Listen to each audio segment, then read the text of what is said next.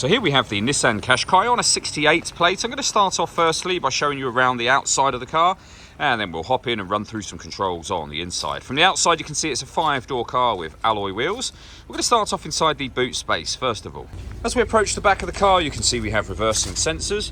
Plenty of boot space as well, along with that 60/40 split folding rear seat should you wish to increase this space even further again.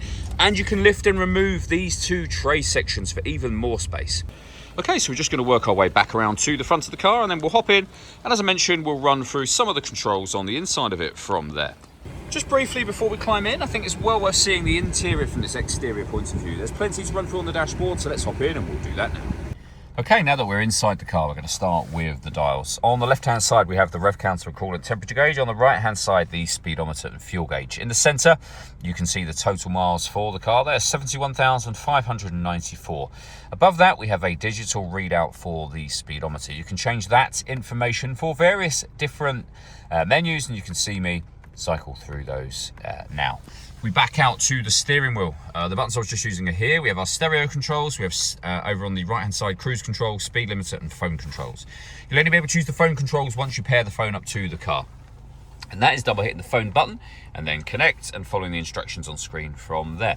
When it comes to radio, we have AM, DAB and FM. If you want to listen to your own music, you can do so via the CD player, auxiliary input, and once you paired your phone, Bluetooth audio as well. We have satellite navigation, as you can see. You input your address or wherever you want to go under the nav heading just there. We have an info menu, a setup menu, and you can see it says camera just there. If I put the car into reverse, we have a 360 parking camera. So reversing camera and a bird's eye view image of where the car is parked right now. If we press the actual camera button, front facing camera and the bird's eye view, or a front facing camera and the front passenger side wheel view, and then back around to no camera after that. Below that we have dual zone climate control.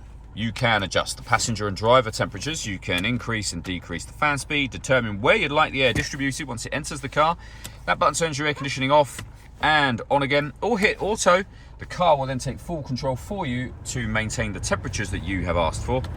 You can override that whenever you wish to and put it back on your own settings here. We have a 12-volt charging socket, electronic handbrake with an auto hold function, the gear lever for the 6-speed manual gearbox, and then 2 cup holders as well. And then lastly, the panoramic glass roof. So of course you can see the sunblind is closed at the moment. One push of the button and that will open all the way to the back of those rear seats. The glass section itself is fixed in place, but as you can see with this open, it lets in a huge amount of extra light to this cabin area.